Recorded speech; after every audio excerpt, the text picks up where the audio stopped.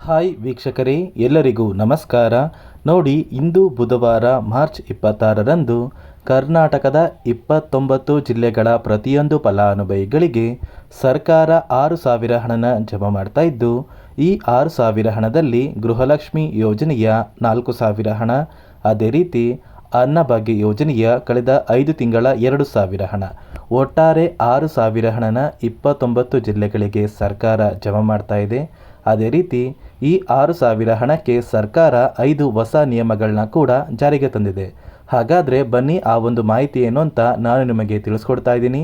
ಅದಕ್ಕಿಂತ ಮೊದಲು ನೋಡಿ ಸ್ನೇಹಿತರೆ, ನೀವೇನಾದ್ರೂ ಇನ್ನೂ ಕೂಡ ನನ್ನ ಚಾನಲ್ನ ಸಬ್ಸ್ಕ್ರೈಬ್ ಆಗಿಲ್ಲ ಅಂದರೆ ದಯವಿಟ್ಟು ಪ್ರತಿಯೊಬ್ಬರು ಚಾನಲ್ನ ಸಬ್ಸ್ಕ್ರೈಬ್ ಮಾಡ್ಕೊಳ್ಳಿ, ಹಾಗೆ ವಿಡಿಯೋಗೆ ಒಂದು ಲೈಕ್ನ ಕೊಡಿ. ಹೌದು ವೀಕ್ಷಕರೇ, ಗೃಹಲಕ್ಷ್ಮಿ ಯೋಜನೆಯ ಪ್ರತಿಯೊಂದು ಫಲಾನುಭವಿಗಳಿಗೆ ಸರ್ಕಾರದಿಂದ ಭರ್ಜರಿ ಗುಡ್ಡಿಸ್ನ ಕೊಟ್ಟಿದ್ದಾರೆ.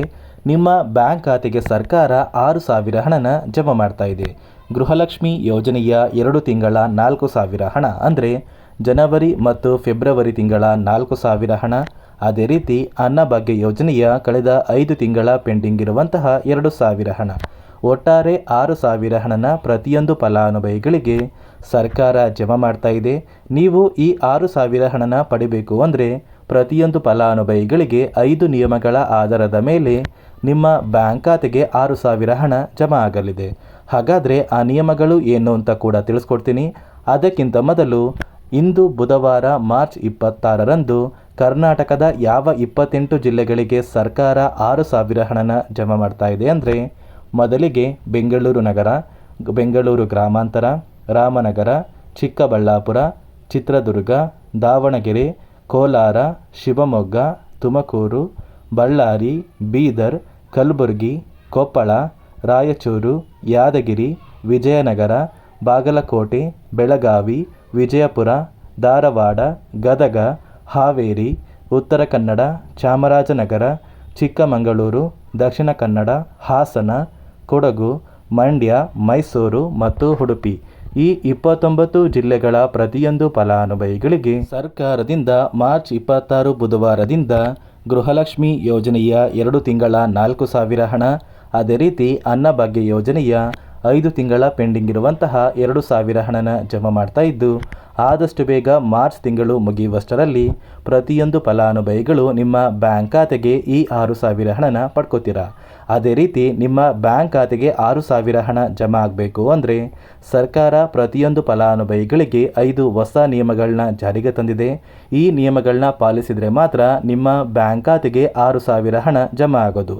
ಹಾಗಾದರೆ ಬನ್ನಿ ಸ್ನೇಹಿತರೆ, ಆ ನಿಯಮಗಳು ಏನು ಅಂತ ತಿಳಿಸ್ಕೊಡ್ತಾ ಇದ್ದೀನಿ. ಮೊದಲನೆಯ ಒಂದು ನಿಯಮ ಬಂದು, ನೀವು ಹೊಂದಿರುವಂತಹ ಒಂದು ರೇಷನ್ ಕಾರ್ಡ್ಗೆ ನಿಮ್ಮ ಮನೆಯ ಪ್ರತಿಯೊಂದು ಸದಸ್ಯರ ಆಧಾರ್ ಕಾರ್ಡ್ನ ಕಡ್ಡಾಯವಾಗಿ ಲಿಂಕ್ ಮಾಡಿಸ್ಬೇಕು. ಅದೇ ರೀತಿ ಎರಡನೆಯ ಒಂದು ನಿಯಮ ಬಂದು, ಕಳೆದ 15 ವರ್ಷಗಳಲ್ಲಿ ನೀವು ನಿಮ್ಮ ಬಳಿ ಇರುವಂತಹ ಒಂದು ಆಧಾರ್ ಕಾರ್ಡ್ನ ಯಾವುದೇ ರೀತಿಯ ಒಂದು ತಿದ್ದುಪಡಿನ ಮಾಡಿಸಿಲ್ಲ ಅಂದರೆ ನಿಮ್ಮ ಬ್ಯಾಂಕ್ ಖಾತೆಗೆ ಹಣ ಜಮಾ ಆಗೋದಿಲ್ಲ. ಅದೇ ರೀತಿ ಮೂರನೆಯ ಒಂದು ನಿಯಮ ಬಂದು, ಸರ್ಕಾರದಿಂದ ಬರುವಂತಹ ಒಂದು ರೇಷನ್ ಏನಿದೆ ಅಂದರೆ ಅನ್ನಭಾಗ್ಯ ಯೋಜನೆಯ ಉಚಿತ ಅಕ್ಕಿ ಏನಿದೆ, ಈ ಉಚಿತ ಅಕ್ಕಿನ ನೀವು ಕಳೆದ 3 ತಿಂಗಳಿಂದ ಪಡ್ಕೊಂಡಿಲ್ಲ ಅಂದರೆ ನಿಮ್ಮ ಬ್ಯಾಂಕ್ ಖಾತೆಗೆ ಸರ್ಕಾರ ಗೃಹಲಕ್ಷ್ಮಿ ಯೋಜನೆಯ ಹಣನ ಜಮಾ ಮಾಡೋದಿಲ್ಲ. ಅದೇ ರೀತಿ ನಾಲ್ಕನೆಯ ಒಂದು ನಿಯಮ ಬಂದು, ನಿಮ್ಮ ಮನೆಯಲ್ಲಿ ಯಾವುದೇ ಸದಸ್ಯರು ಸರ್ಕಾರಿ ನೌಕರರಾಗಿ ಕಾರ್ಯನಿರ್ವಹಿಸ್ತಾ ಇದ್ದರೆ ನಿಮ್ಮ ಬ್ಯಾಂಕ್ ಖಾತೆಗೆ ಹಣ ಜಮಾ ಆಗೋದಿಲ್ಲ. ಅದೇ ರೀತಿ ಐದನೆಯ ಒಂದು ನಿಯಮ ಬಂದು, ನಿಮ್ಮ ಕುಟುಂಬದ ವಾರ್ಷಿಕ ಆದಾಯ 7 ಲಕ್ಷಕ್ಕಿಂತ ಕಡಿಮೆ ಇರಬೇಕು.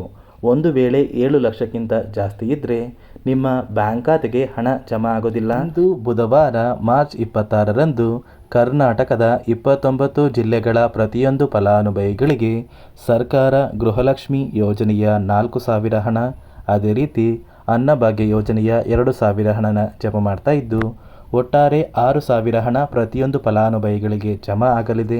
ಇದಿಷ್ಟು ಗೃಹಲಕ್ಷ್ಮಿ ಮತ್ತು ಅನ್ನಭಾಗ್ಯ ಯೋಜನೆಯ ಪ್ರತಿಯೊಂದು ಫಲಾನುಭವಿಗಳಿಗೆ ಸರ್ಕಾರದಿಂದ ಬಂದಿರುವಂತಹ ಒಂದು ಹೊಸ ಮಾಹಿತಿಯಾಗಿದೆ. ನಾನು ಕೊಟ್ಟಿರುವಂತಹ ಮಾಹಿತಿ ನಿಮಗೆ ಇಷ್ಟ ಆಗಿದ್ದರೆ ದಯವಿಟ್ಟು ಪ್ರತಿಯೊಬ್ಬರು ನನ್ನ ಚಾನಲ್ನ ಸಬ್ಸ್ಕ್ರೈಬ್ ಮಾಡ್ಕೊಳ್ಳಿ, ಹಾಗೆ ವಿಡಿಯೋಗೆ ಒಂದು ಲೈಕ್ನ ಕೊಡಿ.